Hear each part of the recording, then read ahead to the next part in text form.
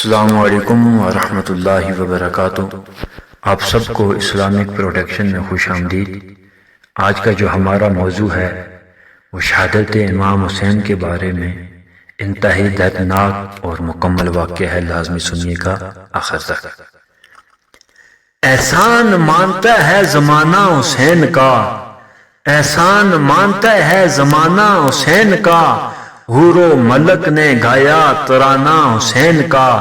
اب تک سخی کے ہاتھ کی دھومیں ہیں چار سو، صدیوں سے بٹ رہا ہے خزانہ حسین کا۔ جس کے قصیدے آیت تطہیر نے پڑھے، ایسا بنایا رب نے گھرانہ حسین کا۔ چیخا ہے جس کی ضرب سے ہر دور کا یزید، ایسا بنایا رب نے نشانہ حسین کا۔ حب حسین سے ملے جنت میں داخلہ، دیتا ہے چونکہ جنت نانا حسین کا۔ شرق و غرب میں چرچا ہے اس کے پیار کا، ایک میں ہی تو نہیں ہوں دیوانہ حسین کا۔ سنی ہوں اس لیے ہوں میں شبیر پہ فدا، پایا ہے عشق میں نے یگانہ حسین کا۔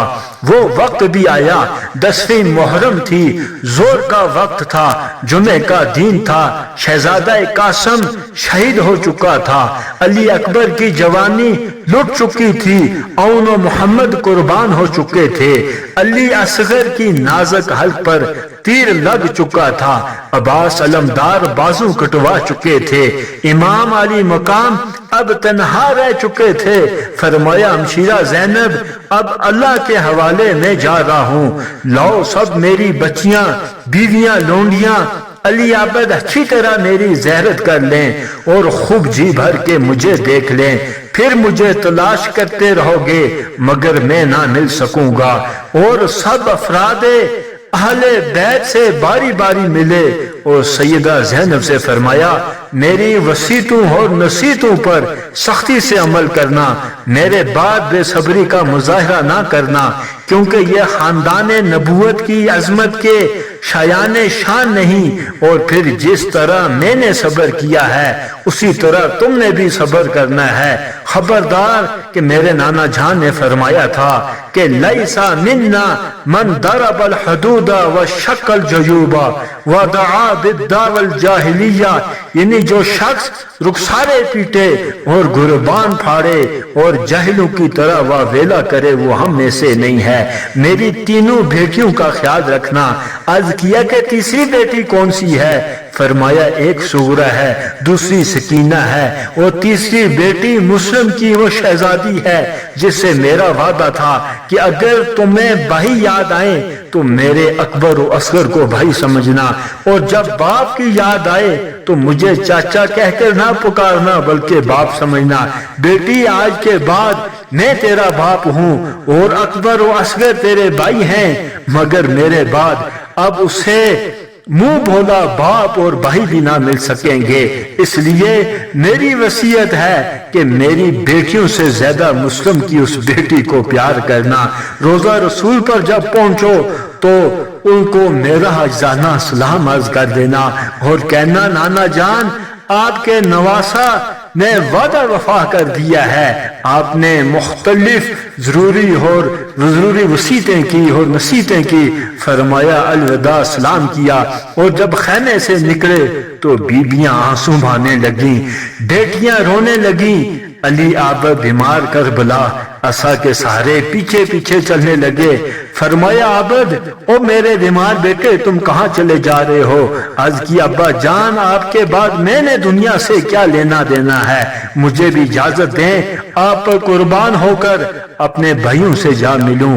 آپ نے اسے سینے سے لگا کر فرمایا بیٹا تو بیمار ہے اس لیے حرام کرو، میرے بعد نسل حسینی تجھ سے چلے گی۔ ابھی تو نے کیا دیکھا ہے؟